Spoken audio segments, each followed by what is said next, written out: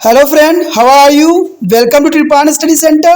Today we are going to do the chapter of social science and highlighting each and every point of it. Let's see what is our topic today. Next topic is the most important here, age of revolutions. Age of revolution, there is an important topic, the European revolution of the 1849 and about the series of political upheavals with there is the opposition to be traditional authority. There was a very strong justification with the political leadership, and people started to demanding more participations in the affair of the state. Political awareness idea like liberties, equality, and fraternity were is popularized by the printing press here. The revolution which is where are most important occurring in America, France, Germany, Italy, and Russia. Britain had already faced a major challenge with their glories of revolution. The United States of America was born after the American War of Independence, and Russia's experience is a worker is a movement which there lead to the establishment of socialist government. This behavior is accompanied by the feeling of the nationalism amongst their population of many states which had been encouraged by the Enlightenment of idea. Now we are going to be a read about their revolution, and this revolution is important. The next year, the glories of revolution. There is a most important topic arrive here. The glories of revolution. What do you mean here? The glories of revolution on this period time here. The glorious revolution of 1688 occurs in England and the much before the age of the revolution and the provide to the source of inspiration for the world.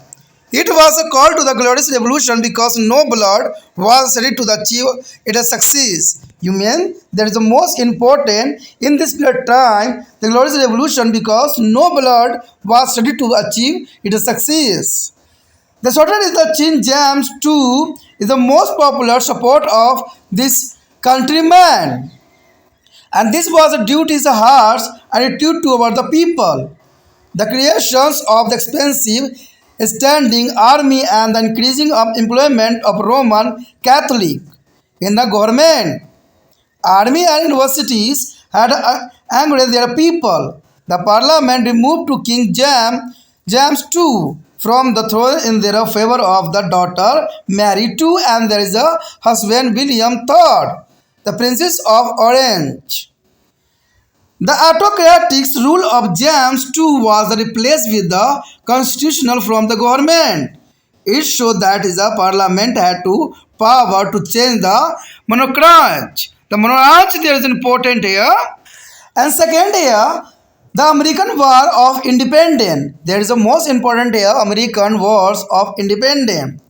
It will be interesting for you to know that some of the political right that we enjoy that today are the direct outcome of two very important revolutions that are occurring in the later part of 18th century. They play a crucial role in the shaping of the modern world, and this were American Revolution and the French Revolution. Through this revolution, people accelerate there is a right and indeed exploitation. There is a American War and Independence. Around the 16th century, many Europeans had studied in America because of religious is a precaution in England, and some of them were also attracted by the economical opportunities. They had formed 30 colonies which had local assemblies to be settle their problem. And these colonies were suffering due to the British economic policy of mercantilism, and through which they tried to regulate economical commerce in a British interest. The colonies were not promoted to be set up the industry as it would be result in the competition with there is a British industry like iron, textile. They had to be export of sugar, tobacco, and the cotton only to England at the price determined by the mother country England. And this is a procreated position for a British American colonies. By the 18th century, the war with France and the Indians were providing very expensive for a Britain. She needed to money to fight, and this was no, done by the collecting a tax from the American colonies. In 1765, the British Parliament passed the Stamp Act on the all business transactions like officially document is a deed, metro gazettes, and newspaper and pamphlets. The revenue was used to pay the cost of maintaining 10,000 British troops of America. The act was opposed by the colonialists, and riots broke out in colonial port cities. The Colonial Assembly passed a resolutions against the Stamp Act. The British Parliament had to repeal the Stamp Act in 1766. However, the Parliament has continued the tax on tea. On 16 December 1773, some American resigned as their natives India descended upon their three ships of East India is a company and the dumped their tea into the sea. This incident is now as the Boston Tea Party. The Boston Tea Party there is the most important incident. There are many topics come to the exam. The parliament closed the port of Boston, but their tracks was the set of the American war is independent. The representative of the 30 colonies is called to the meeting of First Continental Congress as a fellow Phileas in the 1774, and the appealed to the King of England not be imposed the taxes without their consent. The king regarded this as an act of the rebellions and declared war, and this led to the fight and finally to the declaration of independence. On 4th July 1776, at the Congress at the Philadelphia, Bishop proclaimed there is independence from a Great Britain and formation of cooperative union. It inspired the world wars with their emphasis on equality, right to the life, liberty, and pursuit of happiness. The Bill of Rights granted many of freedoms such as the freedom of speech, press, religion, and justice under the law. The American Revolution was struggled by which there are 13 American colonies is born independent from the Britains and give a birth to be a nation, and that is now called to the United States of America, mean USA. There is the most important for here. The American Revolution was struggled by the which there are 13 American colonies and born independent from a Britain and give a birth to be a nation that now is called to the United States of America, mean USA. The next year, French Revolution. In the 18th century, the French society was still federal in a character, with the monarch is exercising of complete authority. It was divided into three classes or estate. The first state of clergy or church and second state of nobility enjoy all the luxury and many privileges over to the religions and the governments of the country. The third state of the commoners such as the peasantry cities or worker and the middle class were heavier is burdened with the taxes. There is important. The internal condition of France made it on the ideal stage for the revolution to take place. Louis XVI and his wife Mary's astonishing luxury lifestyle had attempted there is a to ensure they are made of country and a bankrupt. Louis XVI was forced to call a meeting of representative of three states. There is a clergy, nobility and commoners in a 1789. He wanted to gain approval of new tax law. The third estate of demanded equality in taxations and abolition of special privilege and enjoyed by the first two estates. It declared itself of National Assembly and took over to surveillance power from Europeans. Appears there is a historical French document and Declaration of Right of Man and Citizen was adopted.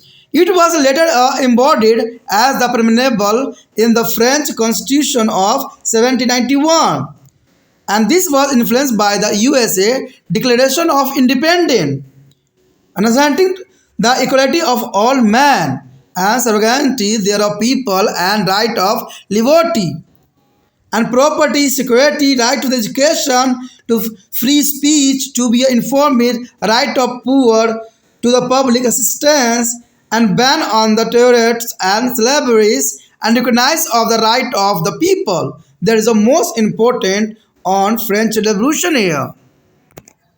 The French revolutionaries war there is a Napoleon's war started from the 1789 and the lasted for about 15 years, resulting in the formation of the French Republic.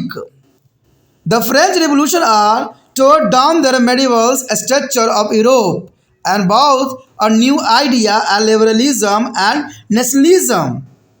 The France witnessed a complete change in the government and administration, military, society, and also culture. France became a republic under to the Napoleons and Bonaparte. Napoleon Bonaparte is the most important character on French Revolution. The guiding principle of the French Revolution were liberties and fraternities and equalities. The revolutionaries were inspired by the idea of many Englishmen and thinkers and philosophers such as Voltaire and Montesquieu and the Resistance. The American War of Independence and the French Revolution have popularized the feeling of nationalism all over the world. The idea of nationalism from America, France, and Britain influenced the Italians. The result was a revolution for the unfederated kingdoms of Italy in 1861. Here show the two symbol of flag here. The flag of France during the French Revolution. This conditions here a flag of France during the French Revolution. After the French Revolution, the flag of American War of Independence. There is a most important flag on your screen. The next year, unification of Italy. Unification of Italy, there is an important. In the 18th century, Italy was a collection of states, each having its own monarch and the tradition. You know that there is an important. 18th century Italy was the collection of states and each having to the own monarch and tradition. Some of them were is a Ventia, is Tuscany is a papal state, and Sardinia is the Tuscany, etc. During the Middle Age, the popes is increasing their influence in both religious and political matter. There is important also. There is a pope increasing their influence in the both religious and political matters. The pope established their own political rules in what were called papal state. Soon Italy began to be grow in importance. They become a center of political life, is banking and foreign trade. During the Renaissance, the Italy's become even more important than to other states, about which you have read earlier. For many years, France and Holy Roman Empire found there is a control of Italy. The French Revolution of 1789 played an important role in the history of Italy. Their Italian rulers, since dangerous in their own country, drew closer to the European king, who is opposed to France. After France became a republic, a secret club forming Italian republics was formed throughout the Italy's. From 1796 till 1814, when Napoleon Bonaparte was defeated by their European power, and many Italians had started to see their possibility of the United Italy free from the foreign control. There is important. There is Italians has started seeing their possibility of United Italy free from a foreign control.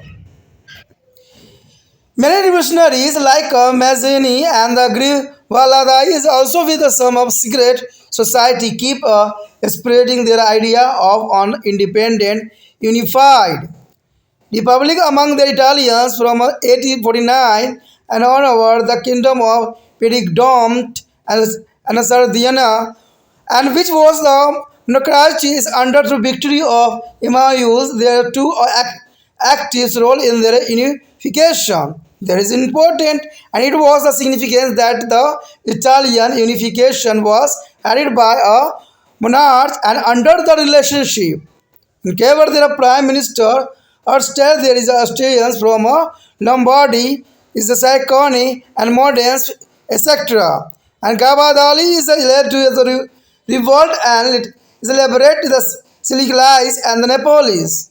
He handed over to the charge of the two state of Emmaus and declared him to a king of Italy.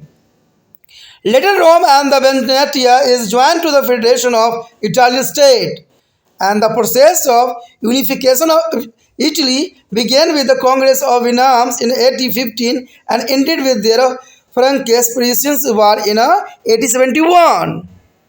The next year, unification of Germany. Unification of Germany is also important here. After the Napoleon has a defeat in 1815, many Germans want to on independent Germany. Germany was a confederation of 39 small states. There is a Germany was a confederation of 39 small states, led by the Austrians and Parisians also here.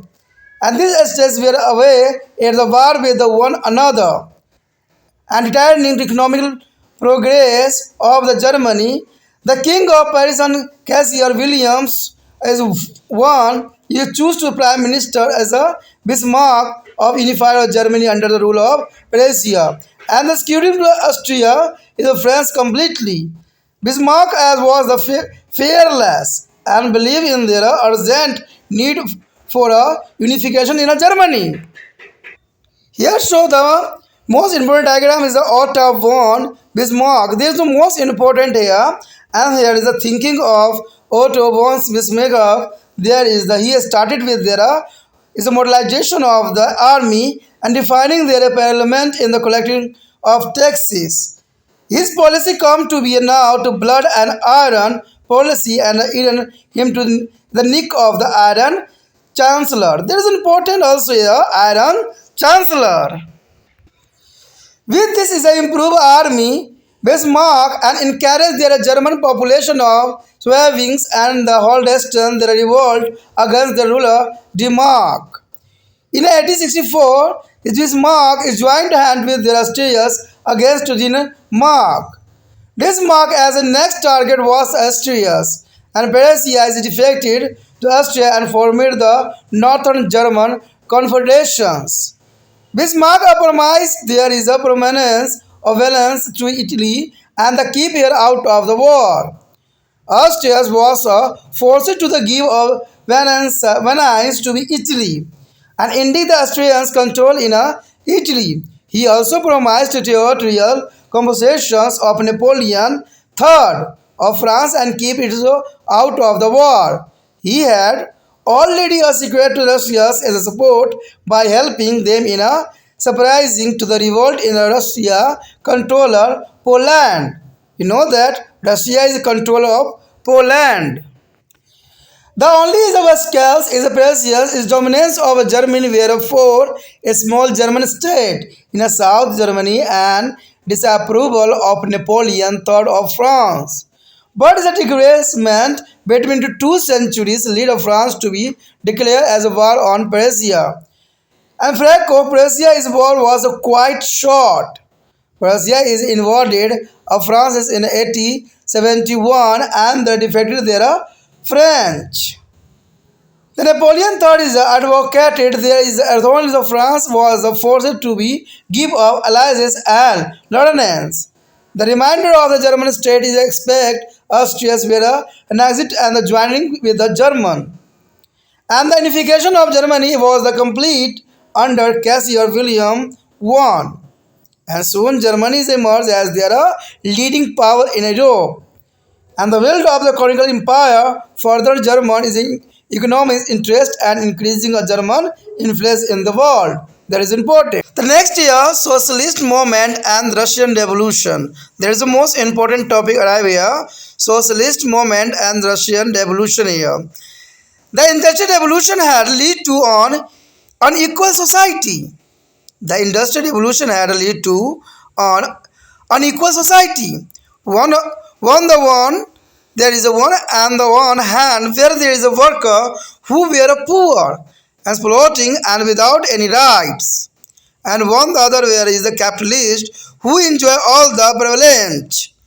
At that time, some people began to be think about their society that should be based on equality in a social and economical term. Ideas like equality, freedom, speech, and democracy are given encouragement in this regard. The idea of socialism, which tried to establish equal society, and began to take root. The most powerful and influential idea of socialism was given by Karl Marx.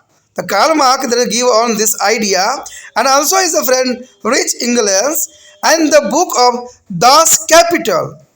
The Karl Marx and Friedrich Engels in their book of Das Kapital Marx pointed out that history of society is a history of class struggle. There is a Marx is pointed out there history of all society is the history of class or struggle. According to him, the capitalists away try to increase their profit by reducing the wages of the worker and which lead to be class conflict. He predicted that a struggle will be a successfully with the end of capitalism and coming of socialism.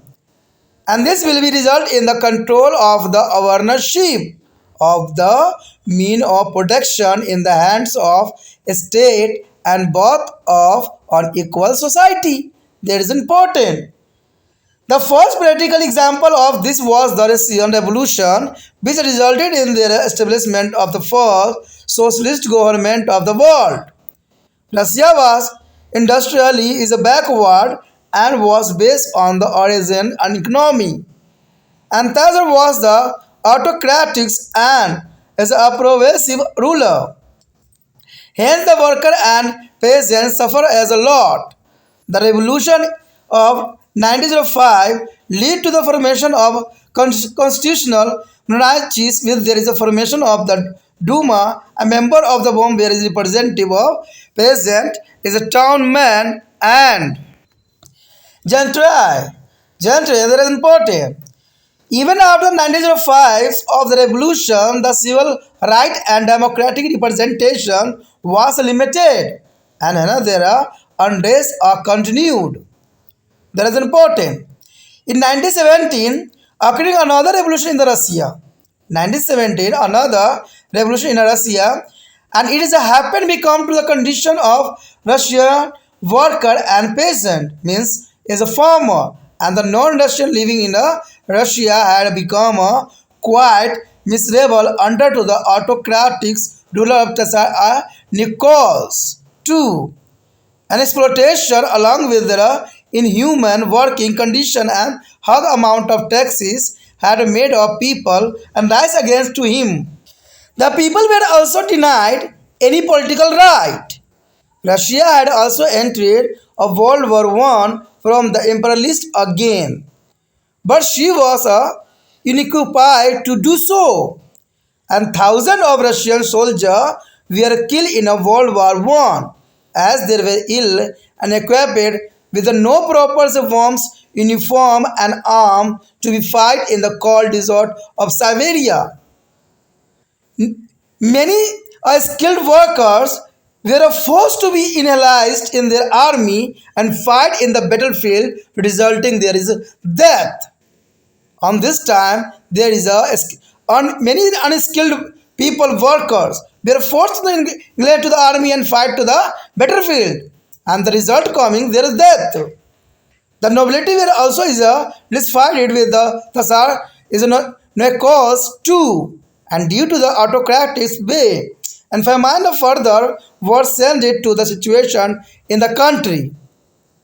And this resulted in the levers as a rout and the strikes is the strikings is a crowdly attacked courts and persons and office promise.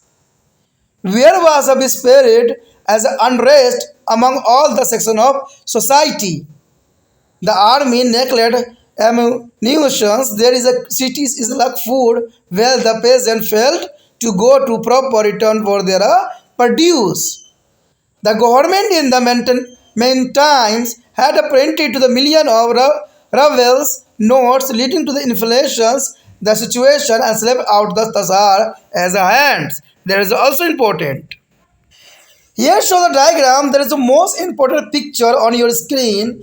There are demonstration by the people on 18 June 1970 as the pastor God to be banners say down with the 10 capitalist minister.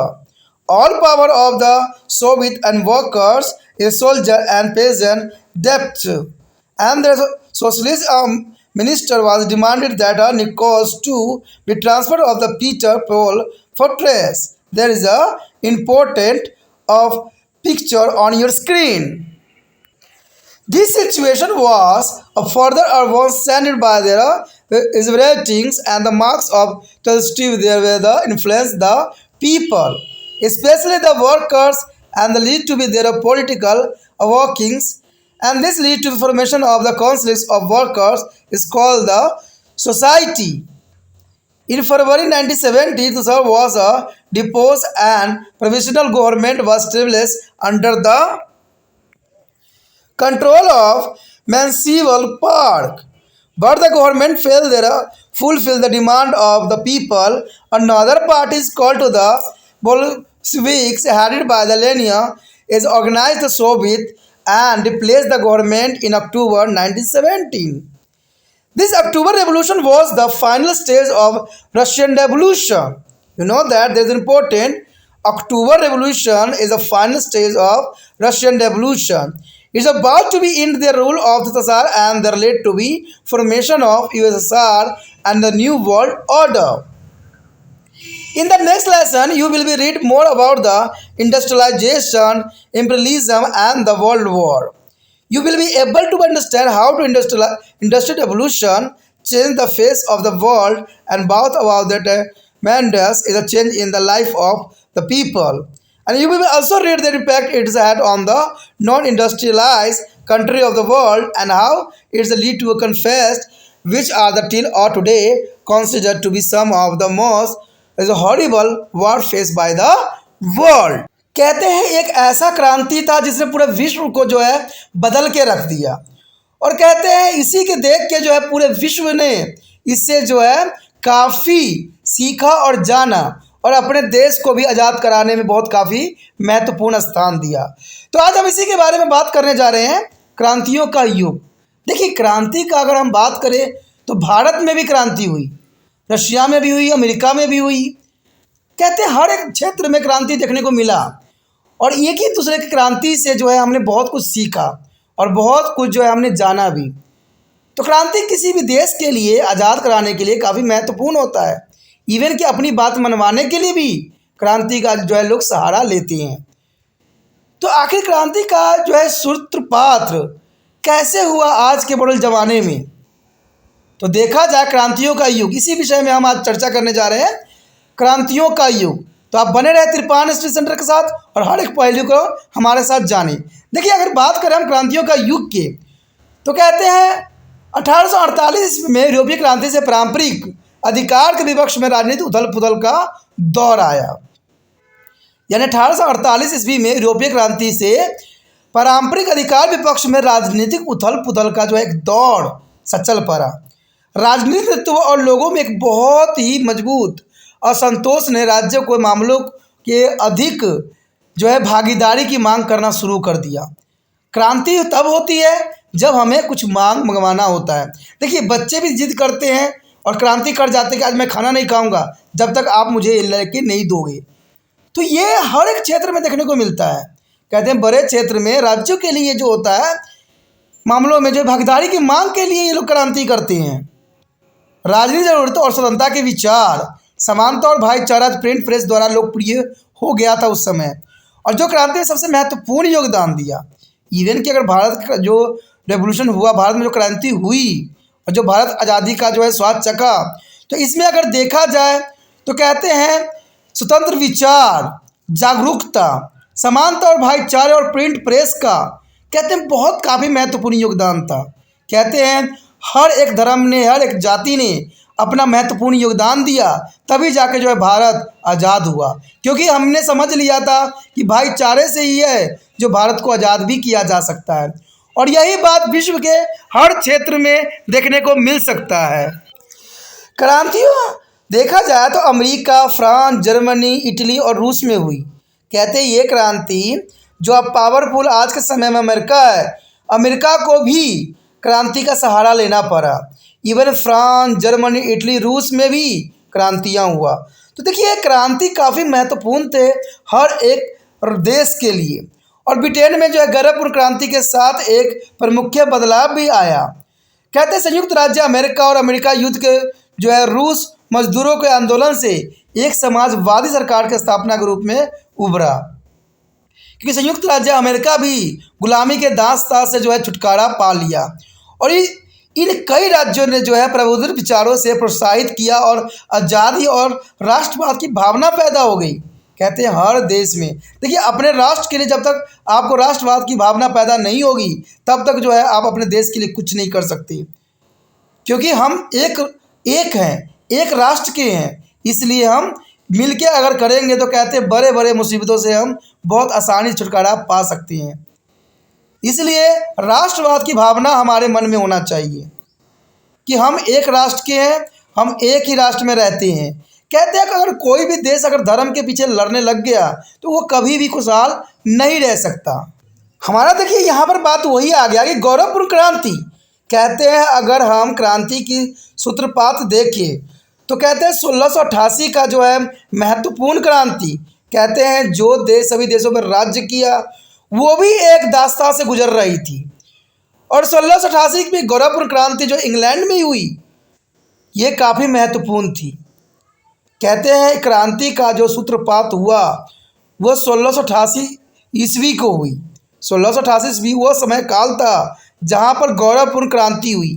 और इसे गौरवपूर्ण क्रांति कहने का सबसे बड़ा कारण था कि इसमें बिना खून बहाए ये क्रांति सफल हुई।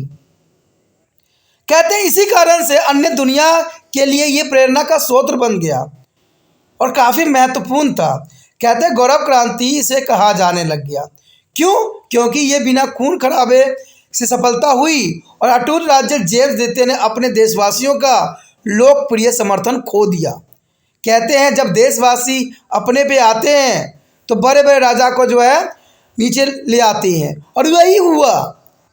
अटूलस राजा जेम्स द्वितीय ने अपने लोकप्रियता जो है खो दिया जनता में और यह उसने अपने लोगों के प्रति कठोर रवैया के कारण हुआ। कहते हैं जब सरकार तानाशाह बनता है तो समझ जाइए कि उसका जो है अब जो है राज्य से जो है विघटित होने का समय आ गया है। कहते हैं कोई भी अगर देश में कोई राज्य करता है तो उसको जो है कभी भी कठोर रवैया नहीं अपनाना चाहिए। उसको जो है जनता के साथ चलना चाहिए, जनता के हर एक समस्याओं का समाधान करना चाहिए। और यही कार्य जो है जेम्स द्वितीय ने नहीं किया, जिसके कारण जो है उसने लोकप्रियता जो है देशवासियों के बीच में खो दिया और ये सब उसके कठोर रवैया के कारण हुआ। और ये एक जो है महंगी स्थायी सेना का निर्माण भी किया उसने।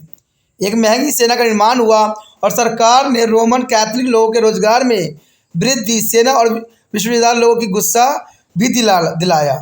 और नाराज संसद राज्य जेम्स द्वितीय को सिंहासन से हटाना चाहते थे और उसकी बेटी मैरी द्वितीय को ही सिंहासन बैठाना चाहते थे।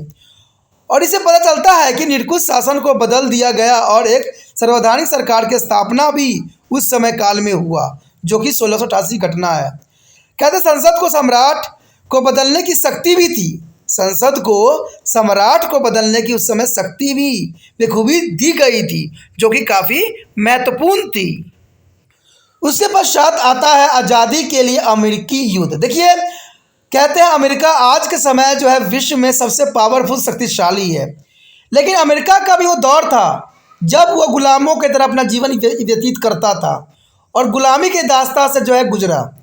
तो अमेरिका भी जो है आज़ादी के लिए हर संभव कोशिश किया और संघर्ष जो है कामयाबी में बदल गया।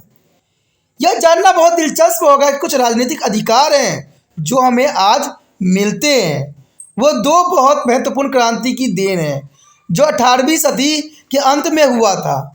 उन्होंने महत्वपूर्ण भूमिका निभाई आधुनिक विश्व के निर्माण में। और ये है अमेरिका की क्रांति और फ्रांस क्रांति। कहते हैं अमेरिकी क्रांति और फ्रांस क्रांति वो दो महत्वपूर्ण क्रांति है जो लोगों के जीवनचर्या को बदल दिया, उनको जो है बहुत से अधिकार जो है दिलाने में जो है योगदान दिया। और इस क्रांतियों के माध्यम से लोगों ने अपने अधिकार के लिए लड़ना शुरू कर दिया। इसलिए ये जो है अमेरिका की क्रांति और फ्रांस क्रांति को काफ़ी महत्वपूर्ण माना जाता है विश्व के लिए।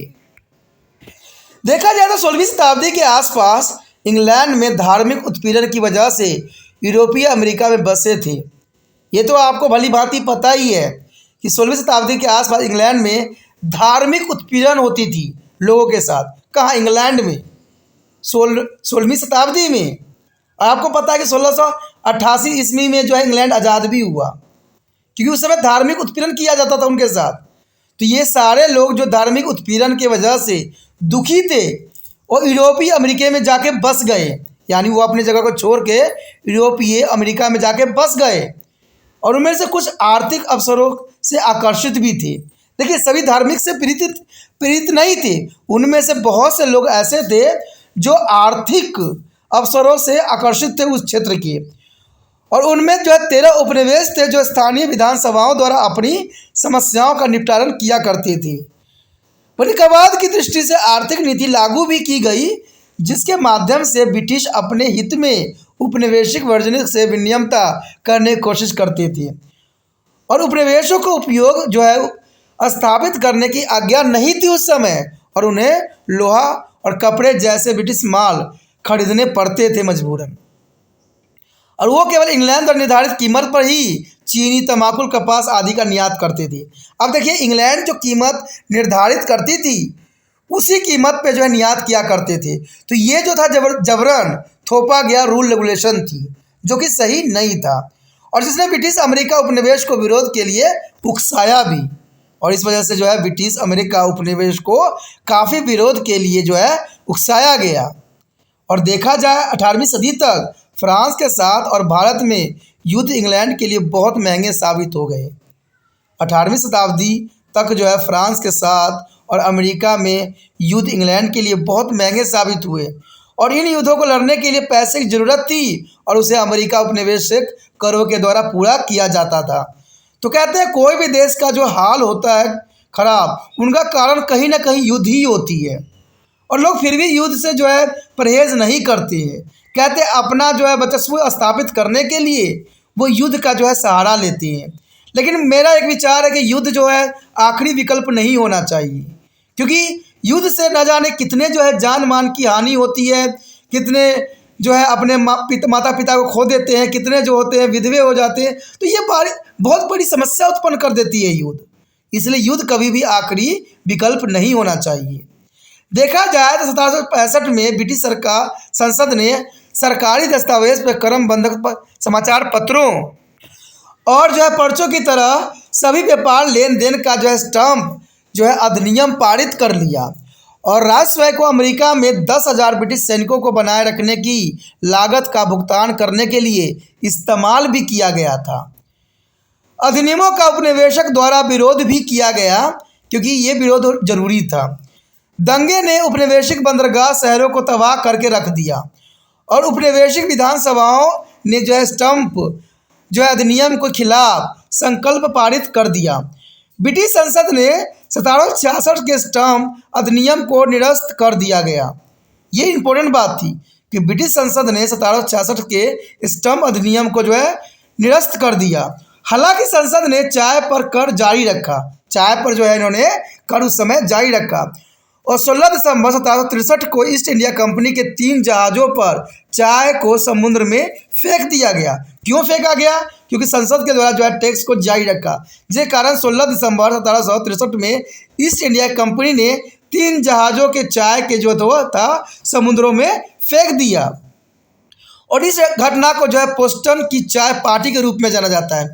कई बार एग्जाम में आ जाता है कि वेस्टर्न की चाय पार्टी क्या थी। तो वेस्टर्न की चाय पार्टी का अर्थ था कि ईस्ट इंडिया कंपनियों के द्वारा जब वहाँ पर संसद के द्वारा जो पैसे बढ़ा दिया गया, तो ईस्ट इंडिया कंपनी ने अपने 3 जहाज़ों के चाय को जो है समुद्र में फेंक दिया, और इसी को जो है हम वेस्टर्न की चाय पार्टी के रूप में जाना जाता है। संसद में वेस्टर्न के बंदरगाह को बंद कर दिया गया, लेकिन अमेरिका की आज़ादी के लिए युद्ध की शुरुआत उसी समय हो गई। जब बंदरगाह को बंद कर दिया गया तभी जो है अमेरिका की आज़ादी के लिए युद्ध जो है शुरू हो गया। देखें तो 13 उपनिवेशों के प्रतिनिधियों ने 1774 में फिलाडेल्फिया में पहली महाद्वीप कांग्रेस के बैठक बुलाई। यानी पहला जो है फिलाडेल्फिया में पहली महाद्वीप कांग्रेस की जो है बैठक बुलाई गई, और इंग्लैंड के राजा से अपील की गई कि उनकी जो है सहमति के बिना करों को लागू न करें, क्योंकि उस समय सहमति बन गई कि उनके बिना ये कर को लागू नहीं किया जाए। और राजा ने इसे विद्रोह माना, राजा ने जो है इसे विद्रोह माना और युद्ध की घोषणा कर दी। लड़ाई के अंत में क्या हुआ, 4 जुलाई 1776 में जो फिलाडेल्फिया की कांग्रेस ने ब्रिटेन से स्वतंत्रता और एक सहकारी संघ की जो है गठन की घोषणा कर दी। इसमें समांतर पर जोर देने के साथ पूरी दुनिया के जीवन स्वतंत्रता और जो है खुशी से रहने के लिए प्रेरित भी किया गया।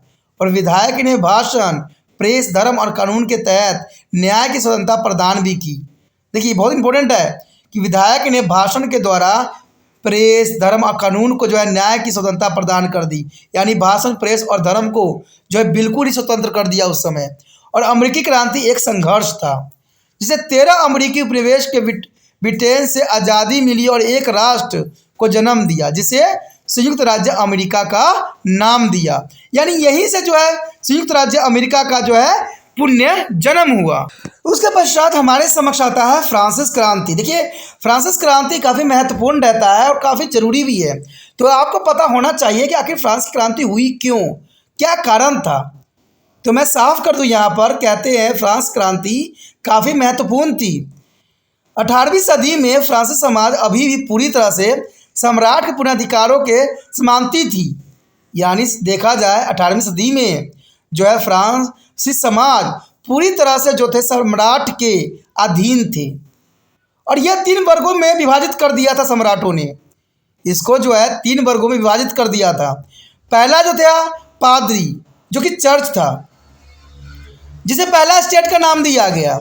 कुलीन वर्ग जो था दूसरा स्टेट था, और तीसरे स्टेट में आम लोग, आम किसान और श्रमिक को रखा गया, जो हमेशा ही बोझ से तले रहते थे, बोझ से हमेशा दबे रहते थे, जो कि कहते हैं बहुत ही दयनीय स्थिति था। पहले 2 स्टेट विलासता और धर्म कई अधिकारों और देश के शासन आनंद लेते थे। पहले जो 2 स्टेट थे, ठीक है, पहला स्टेट जो था चर्च था, पादरी था, और कुलीन वर्ग था, वो बिल्कुल ही जो है शासन का मजा लेते थे और कहते हैं विलासतापूर्वक जीवन जीते थे और हर चीज़ का आनंद लेते थे। लेकिन तीसरी स्टेट में जो था किसान, आम लोग और शहर के श्रमिक और मध्य वर्ग लोग, उनको जो हमेशा ये तीसरी स्टेट में थे और हमेशा ही ये बोझ से दबे रहते थे। फ्रांस के आंतरिक हालतों ने क्रांति के लिए एक आदर्श मंच बनाया। यानी फ्रांस की आंतरिक हालतों ने क्रांति के लिए एक आदर्श मंच बनाया, और लुईस सोल्वे और उनकी पत्नी के जो कि शैलों के कारण सरकारी खजाना खाली हो गया था। देखा जाए फ्रांस क्रांति ये भी एक कारण था कि लुईस सोल्वे और उनकी पत्नी के जो कि शैली के कारण सरकारी खजाना बिल्कुल ही खाली हो गया था, और राष्ट्र जो दिवालिया हो गई थी, राष्ट्र का दिवालिया निकल गई थी। लुईस के तीनों स्टेट की जो है 1789 में एक बैठक बुलाने के लिए मजबूर किया गया। यानी देखा जाए 1789 में जो है जो दिवाली निकल गई थी, जो खजाना खाली हो गई थी, इसलिए तीनों स्टेट को जो है बैठक बुलाया गया। वो एक नए कर कानून के लिए मंजूरी हासिल करना चाहता था, लेकिन तीसरे स्टेट के विशेष अधिकार कराधान उन्मूलन में समानता की मांग भी की गई। लेकिन उन्होंने अपने लिए एक जो है राष्ट्रीय असेंबली बनाने की घोषणा की और सारे अधिकार सम्राट ने ले लिया। कहते हैं जब सम्राट ने ले लिया तो सम्राट जो था तानाशाह हो गया, और एक ऐतिहासिक फ्रेंच दस्तावेज और आदमी और नागरिक अधिकार की घोषणा को अपनाया गया, और यह अमेरिका स्वतंत्रता की घोषणा से काफ़ी प्रभावित था। सभी पुरुषों की समानता, लोगों को जो है संप्रभुता और स्वतंत्रता के अधिकार, संपत्ति, सुरक्षा और सही शिक्षा पर जोर देते हुए मुक्त भाषण को अपनाया। सभी गरीबों को सार्वजनिक सहायता, प्रतिबंध, यातना और गुलामी से मुक्ति, अपनी सरकार चुनने की मान्यता और सार्वजनिक कार्यों में रोजगार की सभी नागरिकों को समानता दी गई। देखिए, ये काफ़ी महत्वपूर्ण थी कि इस घोषणा के द्वारा बहुत चीज़ों को जो है सुधारा गया, जैसे समानता, लोगों की संप्रभुता की बात कही गई इसमें, और स्वतंत्रता के अधिकार और संपत्ति, सुरक्षा, सही शिक्षा पर जोर देना, इन सभी बातों को जो है इसमें सम्मिलित किया गया। साथ में जो है मुक्त भाषण यानी किसी तरह का भाषण देने के लिए प्रतिबंधित नहीं होना अपनाया गया, और गरीबों की जो है सार्वजनिक सहायता भी करने की बात कही गई। जो प्रतिबंध लगे थे उनको भी हटाया गया, जो यातनाएं दिए जा रहे थे, जो गुलामी से मुक्ति को भी इसमें जो है मेन मुद्दा रखा गया। तो ये काफ़ी महत्वपूर्ण समानताओं की इसमें बात की गई। लेकिन देखा जाए तो फ्रांसीसी क्रांति युद्धों और नेपोलियन के युद्धों से जो 1789 से शुरू हुए और 15 वर्ष तक चले, यानी देखा जाए फ्रांस की क्रांति 15 वर्ष तक चला। कहते हैं 15 वर्ष चले और फ्रांसीसी गणराज्य गठन भी किया गया, और 15 वर्ष के अंतराल में फ्रांसीसी गणराज्य का गठन भी हुआ। फ्रांसीसी क्रांति ने यूरोप के जो है मध्य युगीन संरचनाओं का अंत भी कर दिया, और उदारवाद और राष्ट्रवाद के नए विचारों से फ्रांस में एक पुण्य परिवर्तन देखने को मिला। कहते हैं प्रशासन, सेना, समाज और संस्कृति में भी काफ़ी परिवर्तन हुआ। फ्रांस नेपोलियन और बोनापार्ट के तहत एक स्वतंत्र बन गया। तो ये काफ़ी महत्वपूर्ण था कि फ्रांस जो था नेपोलियन बोनापार्ट के तहत एक स्वतंत्र बन गया, और फ्रांसीसी क्रांति एक मार्गदर्शक जो है सिद्धांत, स्वतंत्रता, भाईचारा और समानता थे। क्रांतिकारी कई जो है प्रबुद्धता विचार को ब्लेस्टियर और मैनेक्स्टर और रेसोई जैसे दार्शनिक के विचारों से काफ़ी प्रेरित था। यानी देखा जाए तो इम्पोर्टेंट बात है यहाँ पर कि क्रांतिकारी कई प्रभुता के विचारों जैसे मलेटेयर, मैनेस्ट्रेक्यू, एंडोसियो के जैसे दर्शकों के विचारों से काफ़ी लोग प्रभावित थे, और उन्होंने फ्रांसीसी क्रांति में काफ़ी महत्वपूर्ण योगदान भी दिए। देखा जाए तो आज़ादी के अमेरिकी युद्ध और फ्रांस क्रांति ने दुनिया भर में राष्ट्रवाद को लोकप्रिय बना दिया। यानी आज़ादी के लिए जो अमेरिका और फ्रांस की क्रांति हुई वो पूरे राष्ट्र के लिए एक जो लोकप्रिय भावना बना दिया, और अमेरिका से राष्ट्रवाद के विचारों से ने फ्रांस, ब्रिटेन और इटली को भी काफ़ी प्रभावित किया। और इसका परिणाम क्या हुआ? 1861 की इटली एकीकृत राज्य के लिए क्रांति कर दी। तो ये कहते हैं कोई क्रांति से दूसरे देशों के काफ़ी इफेक्ट पड़ता है, और उस पर काफ़ी जो है अपने आप को स्वतंत्र करने के लिए प्रेरणा भी देता है, और यही बखूबी अमेरिकी युद्ध और फ्रांस क्रांति ने करके भी दिखाया। अब यहाँ पर देखिए फ्रांसीसी क्रांति के दौरान फ्रांस का ध्वज किस प्रकार की थी।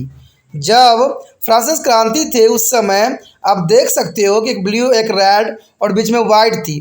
तो इस तरह जो है फ्रांस का ध्वज हुआ करता था। और अमेरिकी स्वतंत्रता संग्राम का ध्वज देखिए किस प्रकार होता था, यानी यहाँ पर लिखा भी था अमेरिकन रिवोल्यूशनरी वॉर, और अमेरिकी स्वतंत्रता संग्राम का ये ध्वज था। तो ये ध्वज उस समय के प्रतीक बन गए, और प्रतीक थे जिससे कारण जो है फ्रांस और अमेरिका जो है स्वतंत्रता का जो है स्वाद चख सका। उसके पश्चात हमारे समक्ष आता है इटली का एकीकरण। देखिए इटली का एकीकरण किस प्रकार हुआ, ये भी काफ़ी महत्वपूर्ण बात थी। कहते हैं 8वीं सदी में इटली कई राज्यों का एक समूह था। यानी 8वीं सदी में इटली कई राज्यों का एक समूह था, और प्रत्येक का अपना जो है स्वयं का सम्राट और परंपरा थी। तो इटली में ये बात काफ़ी महत्वपूर्ण थी कि जो 18वीं सदी में इटली कई राज्यों का एक समूह था, और प्रत्येक का अपना स्वयं का सम्राट और परंपरा थी। उनमें से कुछ हुए थे जो बेनियता और दो मिसलाइज पापल राज्य और जो है सार्डिनिया जो है तस्कानी आदि थे। मध्य युग के दौरान पोप को दोनों धार्मिक और राजनीतिक मामलों प्रभाव में जो है वृद्धि हो गई। कहते हैं यहाँ पर पोप का जो था दबदबा धीरे धीरे बनता गया। कहते हैं धार्मिक कार्य में भी और राजनीतिक मामलों में पोप ने अपना महत्वपूर्ण योगदान देने लग गया। पोप का कुछ राज्यों पर राजनीतिक प्रभुता स्थापित भी किया था। यानी पोप जो था उस समय राजनीतिक प्रभुता स्थापित करने में भी कामयाब हो गया, जिन्हें पापल के राज्य कहते थे। उस राज्य का जहाँ पर पोप का राज होता था उसे पापल के राज्य के नाम से उस समय जाना जाता था। और जल्दी ही इटली ने अपने जो है महत्व में वृद्धि करना शुरू कर दिया। यानी धीरे धीरे जो था इटली में उसने अपना महत्व को और भी वृद्धि करने लग गया और पोप के राज्य राजनीतिक जीवन बैंकिंग और विदेशी व्यापार का केंद्र बन गया। यानी अब पोप जो था सिर्फ घरेलू मामलों को नहीं देखता था, अब राजनीतिक जीवन बैंकिंग और विदेशी व्यापार का भी उसने केंद्र बना दिया। पुण्य जागरण के दौरान इटली का महत्व अन्य राज्यों से, जिसके बारे में आप पहले ही पढ़ चुके हो, बढ़ गई और कई सालों तक फ्रांस और पवित्र रोमन साम्राज्य में ने इटली के लिए युद्ध लड़े। तो कहते हैं उस समय पोप का बहुत ही दबदबा बन गया, जिसके कारण जो है इटली का एकीकरण करना बहुत जरूरी हो गया। और कहते हैं 1789 की फ्रांस क्रांति ने इटली के इतिहास में एक महत्वपूर्ण भूमिका निभाई। इटली के राजाओं ने खतरों को जो है भांप कर यूरोपीय देशों में रिश्ते बनाने जो फ्रांस के विरोधी थे। यानी देखा जाए पोप के जिस प्रकार दबदबा बढ़ता ही जा रहा था, तो इटली के राजाओं ने इस खतरे को भांप लिया और यूरोप देशों से रिश्ते बनाए जो फ्रांस का विरोधी थे। बाद में फ्रांस एक स्वतंत्र बन गया और गुप्त क्लब का जो है पूरे इटली में गठन किया गया। यानी कई क्षेत्रों में जो है गुप्त क्लब का यानी सीक्रेट जो है क्लब बनाई गई जो पोप के खिलाफ था। और देखा जाए 1796 से लेके 1814 तक नेपोलियन बोनापार्ट यूरोपीय शक्ति से हार गया। यानी नेपोलियन बोनापार्ट यूरोपीय शक्ति से हार गया तो कई जो है इतालवियों ने एक ऐसे संयुक्त इटली की संभावना देखी जो विदेशी नियंत्रण से बिल्कुल ही मुक्त थी। कहते मजानी और जो है गैरीबल्दी ने गुप्त समाज के साथ कई क्रांतिकारी इतालवियों में ने एक स्वतंत्र एकीकृत गणराज्य के विचार को प्रसार को जारी रखा। यानी देखा जाए तो मजनी और जो गैरीबल्दी ने गुप्त समाजों के साथ साथ कई क्रांतिकारी इतालियों के स्वतंत्र एकीकृत गणराज्य के विचार को प्रसार में अपना जो है योगदान देता रहा, यानी इसको प्रसार करता रहा।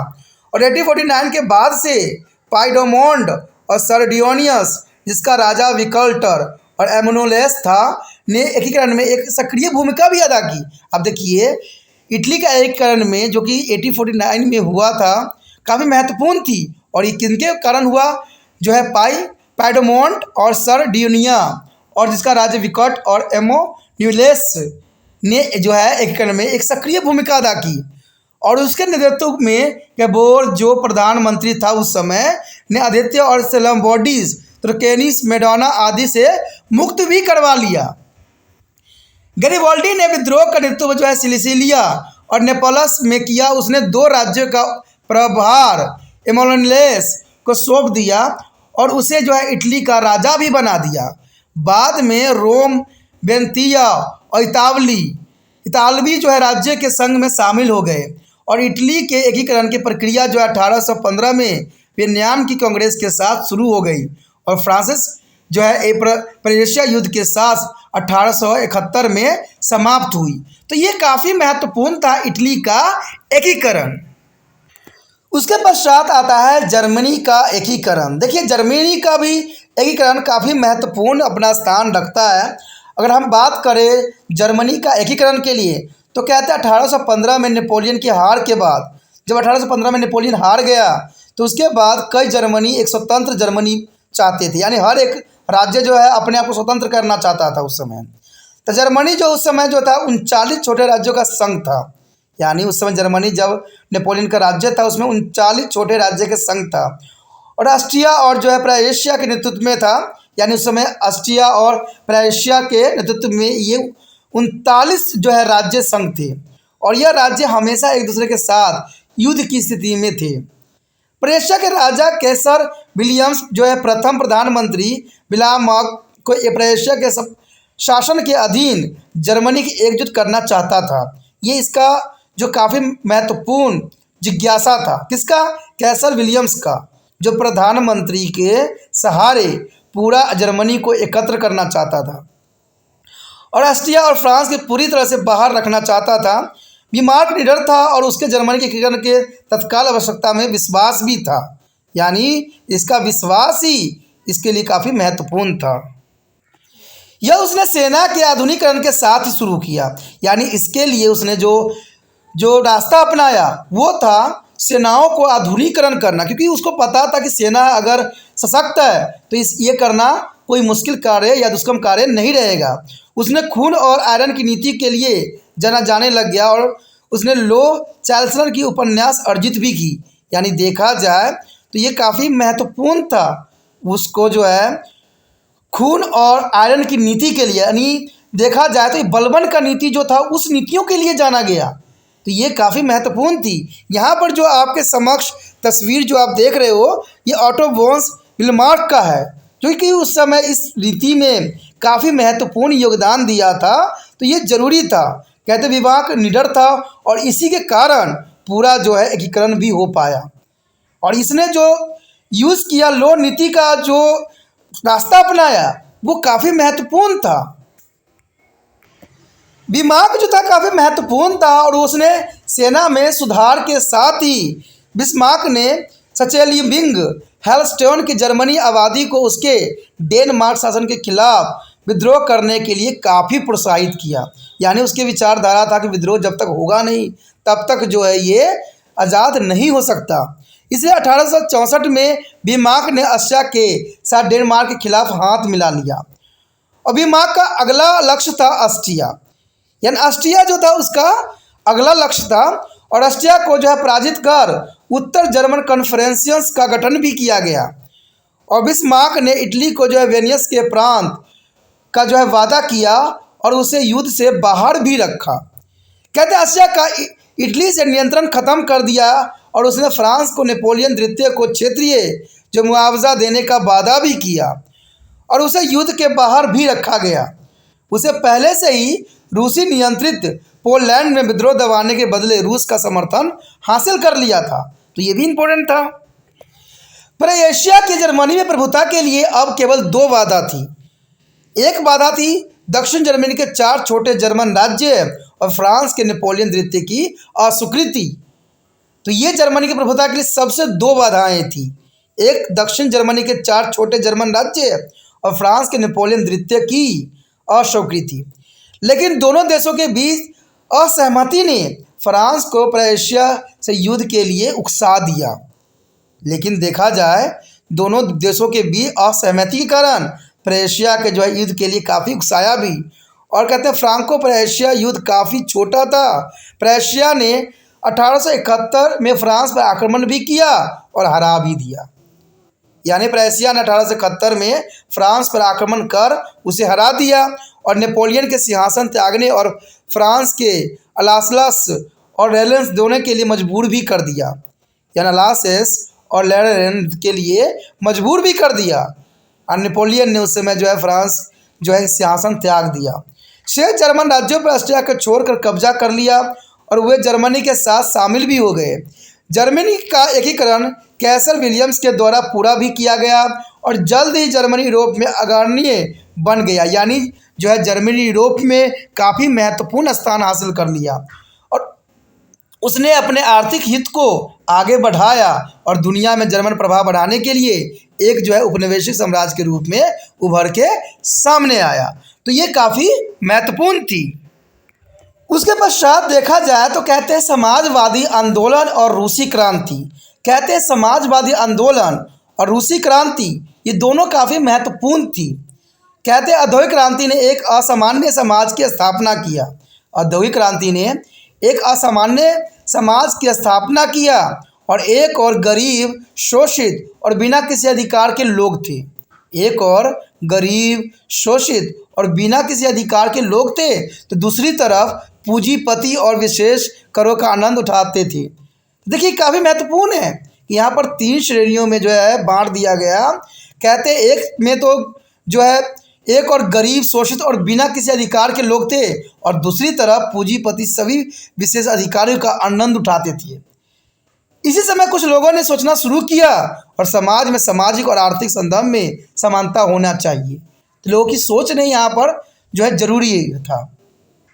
समानता, भाषण की स्वतंत्रता और लोकतंत्र विचारों ने इस संबंध में काफ़ी प्रोत्साहन दिया और समाजवाद के विचार जो सामान्य समाज का स्थापना की कोशिश करते थे ने अपने जरे जो है जमानी शुरू भी कर दी। कहते समाजवाद को सबसे ताकतवर और प्रभावशाली विचार जो था उस समय कार्ल मार्क्स की थी। कहते हैं कार्ल मार्क्स के साथ फ्रेडरिक एंगल्स के द्वारा भी किए गए। कार्ल मार्क्स और फ्रेडरिक एंगल्स ने काफ़ी महत्वपूर्ण योगदान दिया और कहते हैं अपनी पुस्तक दास कैपिटल्स में वर्कर से कहा सभी समाज का इतिहास वर्ग संघर्ष का उदाहरण है। पूंजीपति श्रमिकों के जो है वर्ग संघर्ष करने की कोशिश भी करते हैं और उसने भविष्यवाणी भी की कि वर्ग संघर्ष पूंजीवाद के अंत के साथ सफल हो सकता है और वह समाजवाद के आने से ही होगा। तो ये कार्ल मार्क्स और फ्रेडरिक एंगल्स का बहुत काफ़ी महत्वपूर्ण विचारधारा थी जो उन्होंने अपनी पुस्तक दास कैपिटल में लिखा। कहते हैं दास कैपिटल काफ़ी महत्वपूर्ण किताब है जिसमें जो है सभी जो है संघर्ष की बातें कही गई है और पूंजीपति के वर्ग का संघर्ष करने की कोशिश भी करते हैं। उसमें भविष्यवाणी भी की गई थी कि संघर्ष पूंजीवाद का अंत के साथ सफल हो सकता है और वह समाजवाद आने से ही होगा। इसका पहला व्यवहारिक उदाहरण रूसी क्रांति थी। इसका पहला अगर देखा जाए वास्तविक उदाहरण तो रूसी क्रांति थी जिसे दुनिया की पहली समाजवादी सरकार की स्थापना किया। यानी पहला जो है व्यवहारिक उदाहरण रूस की क्रांति थी जिसे दुनिया की पहली समाजवादी सरकार की स्थापना हुई। रूस औद्योगिक रूप से बिछड़ा था और एक कृषि प्रधान अर्थव्यवस्था पर आधारित था। कहते हैं जार एक निरंकुश और दमनकारी शासक था। तो ये काफ़ी महत्वपूर्ण है कि जार एक निरंकुश और दमनकारी शासक था, इसलिए मजदूर और किसान को बहुत मुश्किलों का सामना करना पड़ता था। और कहते हैं 1905 क्रांति ने जो है डैमुला के गठन के साथ एक सर्वैधानिक राजशाही का गठन का नेतृत्व भी किया और 1905 की क्रांति के बाद भी जो है नागरिक अधिकार लोकतांत्रिक प्रतिनिधित्व सीमित था और इसलिए उसे अशांति जारी रही। 1917 में रूस में एक और क्रांति हुई।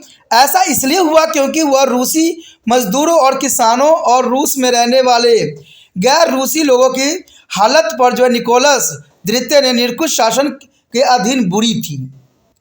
तो ये काफ़ी महत्वपूर्ण थी। 1917 में रूस में एक और क्रांति हुई। ऐसा इसलिए हुआ क्योंकि वह रूसी मजदूरों और किसानों जो है रूस में रहने वाले गैर रूसी लोगों के हालत पर निकोलस द्वितीय निरंकुश शासन के अधीन बुरी थी।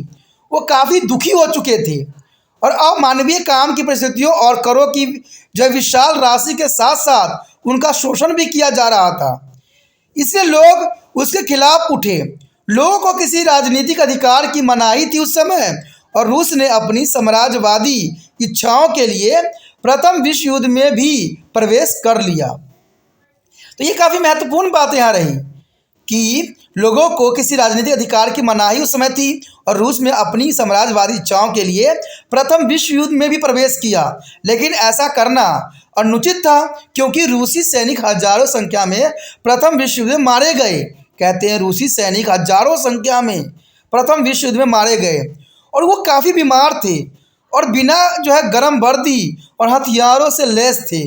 साइबेरिया के जो है ठंडे रेगिस्तान में लड़ने के लिए वो मजबूर हो गए, जिसकी वजह से जो है हजारों सैनिक मारे गए। ना तो उनके पास अच्छे वर्दी थे, ना जो है उनके पास हथियार थे। कई कुशल श्रमिकों की सेना में भर्ती भी किया गया और उनके मौत के लिए युद्ध में लड़ने के लिए मजबूर भी किया गया।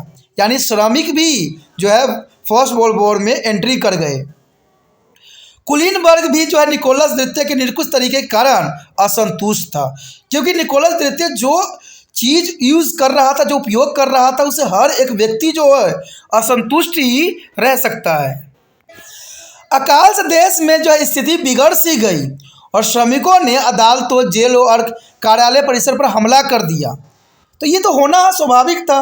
जब कहते हैं आम बंदे को जब शोषण किया जाएगा तो आम बंदे चुप कैसे रह सकते हैं।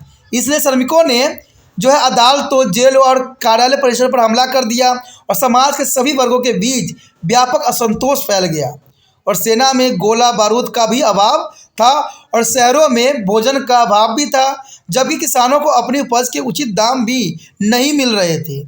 और इस सरकार ने जो है मुद्रास्फीति के कारण रूबेल जो है नोटों के लाखों में छापा और स्थिति जार के हाथ में जो है फिसल गई। यानी स्थिति जो थी जार के हाथों से फिसल गई और बिल्कुल ही बिगड़ गई। यहाँ पर आप तस्वीर जो देख रहे हो वो 18 जून 1817 में पेट्रोग्राड में लोगों द्वारा प्रदर्शन का तस्वीर है, जहाँ पर बहुत से लोग जो थे मिलकर प्रदर्शन किया था इस सरकार के खिलाफ, और सब जो थे खड़ा हो गए थे। तो ये प्रदर्शन का उस समय का तस्वीर है जो कि काफ़ी महत्वपूर्णता को दर्शा रही है। आगे यदि बात करें तो कहते हैं ये स्थिति मार्कस और टायलर के लेखनों से और भी बढ़ गई, क्योंकि उस समय मार्कस और टायस्टाइल ने बहुत से ऐसी बातें लिखी जो जग कल्याण के लिए बहुत काफ़ी प्रभावित करने के लिए काफ़ी था, और इसकी वजह से हालात और बिगड़ गई। इसे लोगों विशेष रूप से श्रमिक को काफ़ी प्रभावित किया और उनकी राजनीतिक जागृति के लिए कारण भी बनी, क्योंकि मार्कस और स्टाइलस ने उस सभी बातें को जो है प्रदर्शित किया जो कि श्रमिकों के लिए महत्वपूर्ण थी। सोवियत संघ की श्रमिकों की परिषद में गहन को जो है फरवरी 1917 में जार द्वारा अपदस्थ कर दिया गया था, और एक अस्थायी सरकार जो है मेनेविस्मिक रूसी जो है साम्यवाद पार्टी के नियंत्रण के तहत स्थापित भी की गई, लेकिन सरकार लोगों के मांगों को पूरा करने में उस समय विफल हो गई। और एक अन्य पार्टी वेस्विक ने लेनिन की जो है अध्यक्षता में सोवियत संघ का आयोजन भी किया और अक्टूबर 1917 में सरकार की जगह ले ली।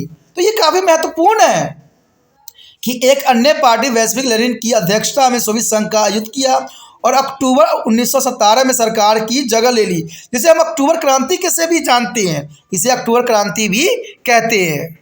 और देखा जाए तो ये जो है अक्टूबर क्रांति का अंतिम चरण था और इसके जार के शासन को समाप्त सदैव के लिए कर दिया, यानी जार का जो शासन था सदैव के लिए खत्म हो गया और सोवियत संघ का गठन हुआ, जिसे एक नई विश्व व्यवस्था का है जो है नियंत्रित किया गया। तो काफ़ी महत्वपूर्ण था कि नए विश्व व्यवस्था का नेतृत्व करना स्वाभाविक हो गया।